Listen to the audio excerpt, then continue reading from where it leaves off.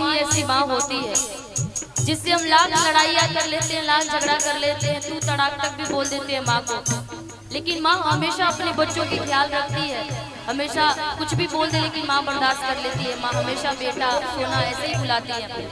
एक माँ ही होती है जिनके सामने आप कितनी भी मोटे रहे ना, माँ के सामने जाइए तो माँ एक ही चीज बोलती है, बेटा तू बहुत दुबला हो गया है, बेटा तू बहुत दुबली हो गई है, खाना तो खाई थी ना। और माँ का महत्व तब पता चलता है जब माँ हमारे बीच में नहीं होती है, तब माँ की असली कीमत हम सभी को माँ बाप की समझ में आती है कि माँ बाप होते क्या है। कि सुख दुख रतिया दिनवा सहली, मुख से कबहू कुछ ना कहली।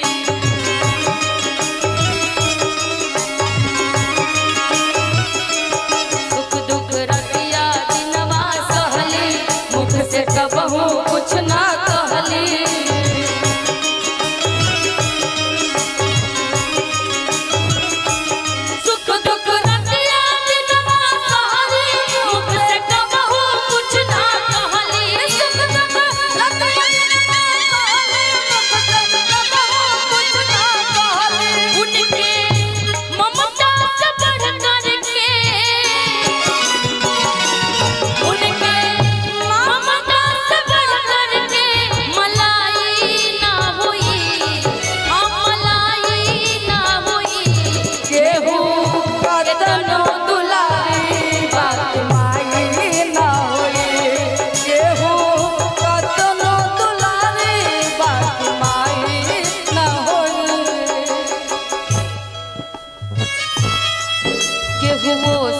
छुकी ना दूध भागे कर जमाई, केहू से छुकी ना दूध भागे कर जमाई।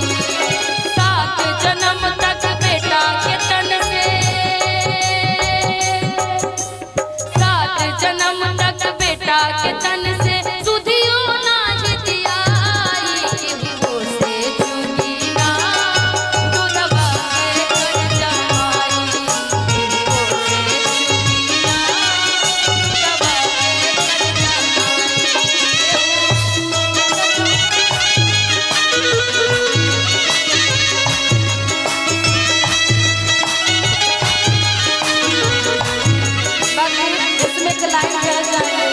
कहे के त सब के हुआ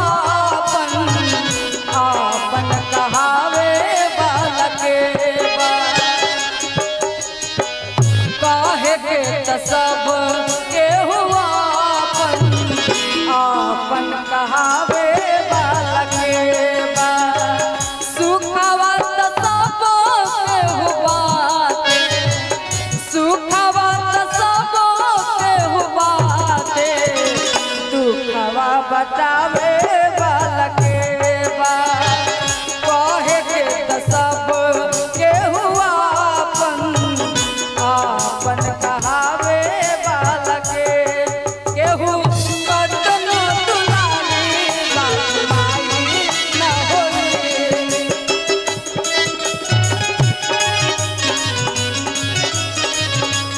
केहू कतनो दुलारी बात माई न होई। केहू कतनो दुलारी बात माई न होई। ओ केहू कतनो दुलारी बात माई न होई। कि जग में माँ से बढ़ कर के हो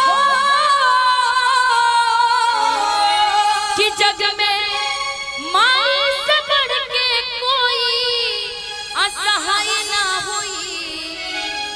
हो जग में माँ से बढ़ के, हो जग में माँ से बढ़ के सहाय न होई। हो सहाय न होई। कि केहू कतनो दुलारी बाकी माई ना होई। बहुत एक बार अपने अपने माँ के लिए ताली बजा लीजिए। और हमेशा जिनके भी माँ बाप हो हमेशा स्वस्थ और सुरक्षित रहे आजीवन। हेलो, यही कामना हम सभी परिवार की तरफ से। बहुत बहुत धन्यवाद। अब आप माँ के गीतों को